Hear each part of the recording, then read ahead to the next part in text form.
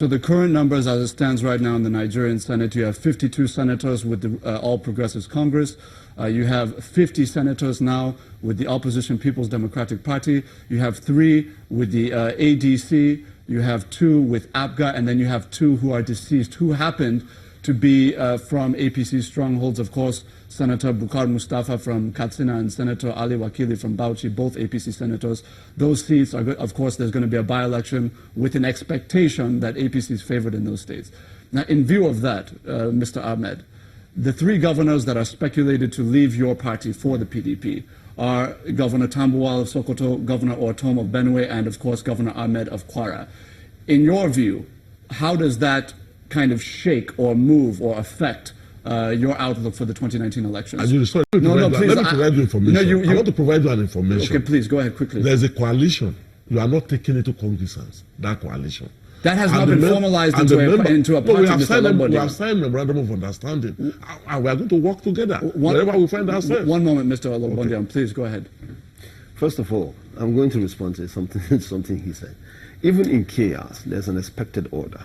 Even in chaos, right? He said that Adams Oshomole is a factional chairman. How is he a factional chairman? Was there a parallel convention that produced another factional chairman that we're unaware of? Just because you call a press conference and call yourself a chairman of a party doesn't make you one. That's first and foremost. And besides, nobody has claimed to be another party APC chairman. What they have claimed, to my knowledge, is that they are RAPC. RAPC could just be a wing. They didn't say that they are so he's not factional chairman, for correction. He is the national chairman. He's the factional chairman of our party, and he's indisputable. Because we have a case in court. That's one. 2, even with the expectation, like I said, I'm not going to take these things lightly. And I think I'm worth to call myself a stakeholder in this project because I've been on it from 2004 up to today. Young as I am, but I've been in this game. I'm not going to take it lightly when governors are going to defect to other political parties. And like I said, it hurts me. Because coalition and consensus builds a movement and builds a political party. But like the chairman said in the video you played, there's a limit to how much you can appease anyone. Sokoto, any day, is a state for Muhammadu Buhari. You can write it down. Even if Governor Tambuwal becomes the PDP flag bearer? Even if Governor Tambuwal moves APC presidential I hope you know that politics is never fixated. If Muhammadu Buhari becomes our candidate in the primaries, which he will ultimately, Sokoto State, from 2003 that he has started contesting for president, he has never lost Sokoto State.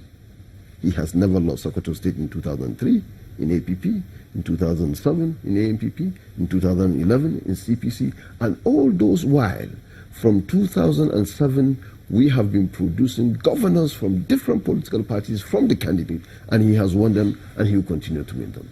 Benue, important for us, no doubt about it. We're happy that we won it in 2015. If the governor moves, Akume stays. We hope that we'll be able to salvage something and get something out of it.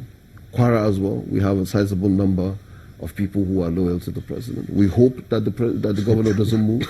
We hope that the governor doesn't move, but if he does move, for every flip that we have on that side, we have other states that we can flip on the other side. Mr. very quickly respond, because I want to ask you something. Yes, Go ahead. I think he's saying this, believing that every factor in politics is constant. You talk about years in which President Muhammadu Buhari had not been tested. And I speak specifically about Sokoto State. Today, President Buhari has been exposed. He has been disvirgin politically.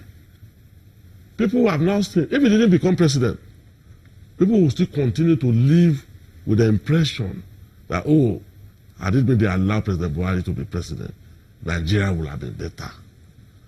But the electorates that you are talking about have seen that President Buhari has become president. They have seen his capacity, and that they have discovered that it was all talk. And as you know, talk is very cheap. You talk about Benue. Go and look at the reflection of Benue politics today. You talk about Kwara. As a matter of fact, I don't know the state in North Central today that APC can boast of. This is exactly. I want to be very, very clear here in what we're talking about. Those who watch politics in this country know that there are movers and shakers in each state, and sometimes the movers and shakers are not the governors. For example, if you look at Lagos State now, if in a hypothetical scenario Governor Ambode went to another political party and Asiwaju Bola Tinubu remained in his political party, it's likely that that state will go in the way of the national leader of the APC. So I'm asking you, when you look at Sokoto, for example, and you say that you know that Senator Wamako is largely responsible for Governor Tambuwal's emergence in 2015, and Governor Tambuwal is now threatening to go. And then you look at Benue, and you know that Senator Akume was very instrumental in Governor Ortom's emergence, and Senator Akume is staying with the APC. Is it not a kind of a Pyrrhic victory if the heavyweights, those who will determine who is next in line, remain in the APC? Well, with due respect to all the senators and the national leader of APC, Asiwaju Bola Ahmed Tinubu, I will not agree with you, and I will give you the instances. In Benue, that you are talking about, a combination of Governor Suswan, former Governor Suswan, former Governor, President Governor Otom, and the former Senate President, Senator David Mark, we overrun, and I want to be quoted, we overrun Akume in Benue State. In Sokoto, there are other factors that we might not be able to come public with, that we have seen happen in the past, that may prevail in this election. In Kwara, because he didn't mention Kwara, that you have some people. The election is always about some people going one way and the others going the other way. But what happened is, where is the majority lying? Where is the majority going? So you sit here and you think that the combination of forces that were aligned in these states, that only one person can swing against them. We're going to very quickly take a short break. When we come back from this break, we're going to continue the conversation and wrap it up. Viewers, please do stay with us. Welcome back to Sunrise Daily, coming to you live from our Abuja studios. Mr. Ahmed, you were just about to respond to Mr. Ologbondiyan. Please go ahead. And I think some of the things I wanted to say, you said it actually. You know, he is saying that they know a few things in Sokoto that he doesn't know. I am from Kano. And I can tell you, if there's anything I know much more than anything else, probably much more than law, is not Western politics. And I can tell you for sure, and I'm not trying to denigrate anyone, Tambuwal was instrumental to us in 2014, 2015. Somebody we have great respect for, and we hope he doesn't move. Also Otom, also the governor of Kwara. But if Tambuwal happens to move, and like you rightly pointed out, there are people who are the movers and shakers in every state. What we did in 2014 and 2015 was not only to move with the current governors, they moved with the movers and shakers that matter in that state. So Akume came to us from Benue. When Akume came, he came, of course, and then Otom was brought on board. And then we won Benue. Wamako came from Sokoto. And for every state, the Southeast and the South-South, he is talking about expectations, right?